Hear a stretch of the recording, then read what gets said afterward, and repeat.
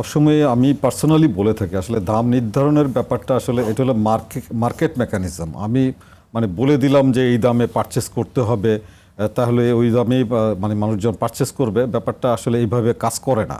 আপনি জানেন যে চামড়া একটা পচনশীল দ্রব্য, এটা আপনার 24 আওয়ার্সের ভিতরে সারা বাংলাদেশের চামড়া সংগ্রহ করা এবং এই চামড়াটাকে 4 থেকে 5 ঘন্টার মধ্যে লবণজাত করা, it's a very difficult challenge আমাদের জন্য। তো সেই ক্ষেত্রে আপনার চামড়াটা যদি সঠিক সময়ে প্রিজার্ভেশন না করে শুধু মার্কেটে কেনা বেচার জন্য দৌড়াদৌড়ি করে, তাহলে কিন্তু এই তার গুণগত মান নষ্ট হয়ে যায়। আপনার সাধারণত দেখা যায় যে দুপুরের পর থেকেই মার্কেটটা শুরু হয় এবং সেই মার্কেটটা আপনার বিফোর আপনার ইভিনিংয়ের আগে যদি শেষ করা যায়, মানে সন্ধ্যার আগেই শেষ করতে পারলে সবচেয়ে ভালো হতো।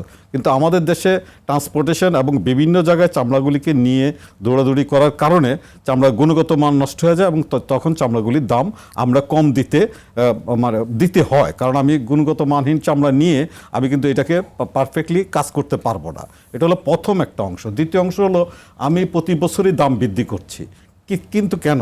আমার যে প্রতি বছরই আন্তর্জাতিকভাবে দাম কমে যাচ্ছে।